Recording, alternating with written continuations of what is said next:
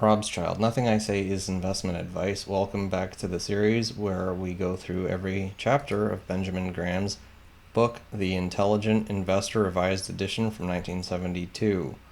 This series is intended to function as a way to review the content of every chapter, modernize its lessons to today in June of 2024 as of the recording of this, and also relate it to what we've learned or what can be learned in the biblical tome version of this from 1940, Security Analysis. This episode will focus on Chapter 4, General Portfolio Policy, the Defensive Investor. The beginning of this chapter starts with mentioning the typical advice typically is that you should only take the kind of risk that you can afford. Take less risk if you cannot afford it. And he says, no, that's not exactly correct. We kind of disagree with that stance, and it's really all about, and I quote here, the amount of intelligent effort the investor is willing and able to bring to bear on his task. Also, the minimum return goes to our passive investor who wants both safety and freedom from concern. The maximum return would be realized by the alert and enterprising investor who exercises maximum intelligence and skill. There are plenty of people, rightfully so, that have hesitation to try to be an active investor or believe in active investing as a way of gaining greater returns than what one might be able to achieve in a more passive way of investing. But that's the whole point of all of this. Many people that have achieved the benchmark of like high achievement in the investing world, by the way, is typically considered to be a 30% return, averaging 30% return yearly. And the whole point of this is to try to get to that point, really, in my own estimation.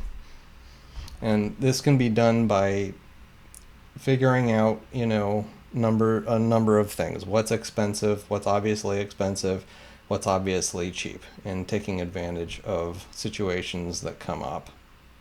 But this chapter is mostly, like the title says, coming from the standpoint of the defensive investor. This is what we're trying to define and discuss here. The next point from this chapter is that he mentions happily that, from his 1965 edition, remember this is the 72 edition, that there were some bargain offers that provided safer returns than bonds.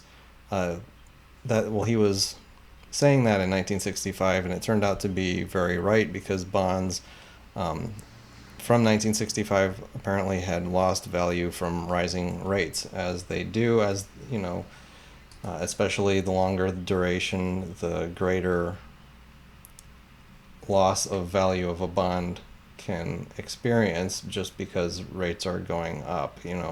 Thinking, just to explain this a little bit really quick, if you have a bond that pays 1%, and because that's like the rate, let's just say that's the rate, but then interest rates go up to 2%, right? And you're still having this bond and it pays 1%. It's $100, let's say, that pays you $1. Well, guess what? Now that there's bonds selling for $100 that offer $2, your bond is now worth $50, because yours was only paying $1. In order for it to pay $2 for the same amount of investment, it has to be worth $50. And it gets more complicated, because the shorter the duration, the less up and down, that's for an infinite duration bond, a bond that'll never expire. That would be how that math would end up working out. Moving on to the next part, we have a subtitle that says the basic problem of bond stock allocation. He re-mentions never, generally they kind of recommend never more or less than a 25-75 split between bonds and stocks, that you should always have never less than 25% bonds or stocks and never more than 75% of your portfolio in stocks or bonds. And generally he seems to like the 50-50 portfolio, and so he has an excellent paragraph on tolerance of holding through weakness or missing gains, especially diverging from what he considers to be kind of a standard allocation of 50-50 portfolio. He does mention in this chapter too, I didn't have it in my notes, the 60-40 portfolio of some institutions, but he's sticking to his 50-50 here. So the 50-50, he says it makes sense for a defensive investor, especially from a psychological perspective. And he says here, if you maintain 50-50, when the stock market goes up, you didn't miss out on anything. And when the stock market goes down, well, you can feel good because half of your portfolio is in bonds. And now that it's a smaller portion, you can reallocate, take some money from the bonds and sell them and put them into stocks because it's lower. I believe he recommends to rebalance after a 5% shift when that happens. Now, in this time period, this was early 1972, where he thought that stocks were getting overvalued, and we have a quote here that says, "If he can act as a cold-blooded weigher of the odds, he would likely favor the low 25% stock at this time in 1972. He was bearish on stocks, with the idea of waiting until the Dow Jones dividend yield was, say, 2/3 of the bond yield before he would establish his median 50-50 division between bonds and stocks. As I believe I've mentioned in other chapters, that difference is even much worse today. I believe the dividend yield of the S&P 500 is something like 1.37 right now, while the federal funds rate target is between 5.25 and 5.5%. Huge divergence. So your cash can make 5% while the stock market is making so much less. 1.37 is certainly not 2/3 of bond yields right now. It's lower than that. As of June 2024, it's closer to 1/4 of the dividend yield you can get from, and this is from treasuries. This isn't even talking about the higher yields that you can expect to have if you take any kind of risk in muni bonds or corporate bonds. So then we move on to a section that discusses bond types, and how duration plays in, and your tax bracket plays in. If you don't make that much money, munis don't offer a great opportunity, but muni bonds still today are a great place if your net worth is high enough, if your income is high enough. Then we have mention of duration, that it will be discussed more in Chapter 8. I find it notable that there's no mention of the yield curve inversion. In 2024, we've gotten so used to short-term bonds, the bills and the notes yielding more than the bonds, that you read that paragraph and you say, that says like, well, if it's longer duration, you get a higher return. Not right now. Which should be another clue that, maybe things aren't so great right now in our current economy. But I digress. Then we have a section on H bonds and E bonds. I will note that H bonds ended in 2004. I did a quick search on E bonds for this year, 2024, and they currently have a 2.7% rate. For me, this is a little too uncomfortably low. I'm not sure why anyone would buy that right now when 20-year treasury bonds are offering almost double that. But there are benefits. There are benefits to this form of investment, and there being that there's no state tax, there's no interest rate risk either. And the part of that is that, that example I said earlier, that if rates go up, the value of your bond drops. That's not how these work, because you sell them back to the government, and the government just gives you the amount that you gave them. And if you want a higher rate of return, you can then buy something that has a higher rate of return. So just my own personal note, go to treasurydirect.gov. They have a great website explaining it very simply and very well, how those e-bonds work. Then I just wanted to mention that Graham is a big fan of savings bonds for all the benefits that you usually generally get. Then mentioning muni bonds again, and that, as good as they are, they do have risk, and they have credit ratings, and it's good to take a look at those, A, AAA, B, and so on. He mentions that lower quality bonds in the corporate world, especially typically, well, in munis too, they have a higher yield, and so you got to be careful with that. But he says, when you see bargains on low grade bonds, that's really great if you're smart, if you're able to figure it out. I'll mention here that, that he talks a lot about those kinds of bonds in security analysis. Some of the examples in here, you think a bargain bond, okay, let's say the credit rating goes down. It's like normally it's paying 5% on $100, and then it drops to, the value drops to 50, so now it's got a 10% coupon, which sounds extreme, but in his book he talks about examples of bonds that lost like 90% of their value. So you'd only need like 2 or 3 coupon payments in order to make up for the cost of the bond, and you've made a great profit. And he's talking not just about a little bit of a discount, but oftentimes a huge discount. If you see a company has assets to be able to pay off their bonds, and they're selling below what they're obviously able to give to the bondholders, that's the main idea that goes with that. As of the recording of this episode, I've dipped my toe into looking into those markets only a little bit. We're not in a period right now in 2024 where those kinds of bargains are available and plentiful. They're not. Everything's kind of expensive right now, so they're going to be harder to find. But it's probably something that I'll be looking more into more moving forward. He then discusses a section on new housing government issues, in other words, bonds that are backed by, like, I think similar to mortgage-backed securities. They have a higher yield, and they were guaranteed by the government. And so he was a fan of those, but those, it doesn't mention in the book, but those were discontinued in 1974. And then we have a section talking about saving deposits in banks, and how you can put your money in a savings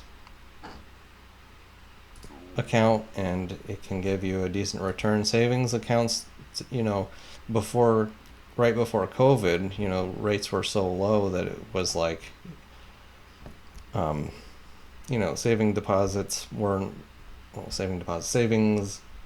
bank savings accounts were not very attractive, but now you can get higher rates of return in those. So they've become more attractive more recently. And then he mentions convertibles. Those are bonds that you can basically bring to the company and say, hey, I want,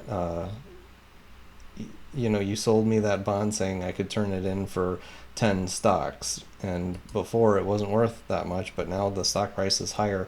So now I want those shares. And typically when you do that, you want to sell the shares. And convertibles, it's like a bond plus the value of shares. And He talks about those a ton in security analysis. He says he's going to bring those up again, chapter 8 and chapter 16. And then we have a section basically discussing call provision shenanigans that often result to a heads I win, tails you lose scenario for the corporations issuing these bonds. And he mentions that call protection is a good thing and worth it to have a slightly lower yield, because the call, when they do call their bonds, it can end up hurting the investor. It goes into more detail. I don't need to get into it here. But then he does mention that bargain bonds can compensate if there's no call protection, if they're severely discounted, like I mentioned earlier. I was wondering if he would bring up preferred shares in this book at all, and it's funny. It's like this whole book it's like a simplified version of security analysis. And one of my intentions with doing this entire series was to try to get people watching the series to take the lessons he's saying in The Intelligent Investor not with a grain of salt, but as like biblical truth. These things are tried and tested and proven true over and over again. So anyway, he repeats here in this book, preferred shares are a bad form of investment. He doesn't hold back about how much he hates the form of preferred shares. If you don't know what preferred shares are, I can explain really quick. They're basically stock that has a dividend that the company can pay if they want to or not pay. It's really up to them, sort of. And it's at a capped amount. A regular stock can pay the owners of the stock any amount of excess profits. So that's why stocks can go up in value so much. A preferred share can't really do that because it has a limited dividend at how much it can be paid. And the whole point of owning shares is you get all the leftovers, right? But a preferred shares, you get a limited leftover, only if they want to pay, versus a bond, they have to pay the coupon on it. So why would you want a preferred share? And he says in here, the main reasoning being that if the company is going to pay the common shareholders any money, any dividend, preferred shares get dibs on the earnings first. But just like in security analysis, even though he says explicitly that preferred shares are simply bad, they can have advantages in certain situations, especially if they're super, super cheap from what he calls temporary adversity. So if a company suddenly has a reputation of paying a dividend to the common shareholders for 10 years, 20 years, 30 years, 50 years, and then something bad happens and they don't pay the common shareholders, and then the preferred shareholders lose their minds and are and they sell them at a discount, which happens sometimes. That's a great opportunity to be able to take advantage of. And so buy only when they're super cheap as a regular investor. And then we discuss cumulative versus non-cumulative, and that meaning cumulative preferred shares are a nice feature. The plain preferred share by itself is not great, but if you have features like it being cumulative or convertible, if you can change it into common shares, for a certain amount of common shares, if that's locked into it, that can be very attractive for a preferred share as well. But cumulative means, if they didn't pay the dividend for a year, well, they still owe you that. And it works differently. Every issue can also often have its own entire set of rules. But anyway, the next point that he makes is that there was anyway a big tax benefit for corporations that were owning preferred shares, I assume, of other companies. And in the footnotes, it was mentioned that in the edition I'm reading that there's a less it's less of an advantage today. And so it was something like 15% then, and now there's a set corporate tax at 35% no matter what. So it still hasn't, these preferred shares I think still have an advantage, just it's a lot less of an advantage than they used to. So then we have next a section on corporate income bonds, and this is different from regular corporate bonds. And he says that they are underrated because of the railroad history. You know, they became very popular for people with the railroads, and then the railroads didn't do so well, and so people got really sour on the entire form of income bonds. But he says that, you know, he's actually a pretty big fan of them. And he says how, you know, the company must pay if they have positive earnings. So the way income bonds work is that, like, if they have enough profits, then they have to pay the bondholders. Unlike preferred shares, where they get to choose. You know, do I want to pay the preferred shareholders or not? Maybe I do, maybe I don't. You know, he says that income bonds are, you know, a tier higher. In the last point of the chapter, he notes the oddity of the preference Wall Street has for preferred shares over income bonds, and that just doesn't make any sense. So all in all, this chapter discussed, again, it still feels like an introduction. We haven't really gotten very deep into any subjects, just general asset allocations, how psychology of investors is important, and the importance of doing work and being intelligent if you're going to be actively investing. And then just going on, somehow he always ends up talking about how he hates preferred shares. I can't tell you how many times somehow he just always goes back to that subject, like, why do these things even exist? But anyway, that's all we have for today's edition of Benjamin Graham's The Intelligent Investor, revised edition from 1972, Chapter 4, General Portfolio Policy, The Defensive Investor. Hope you enjoyed. Thank you for watching, and see you in another video. Rob's Child.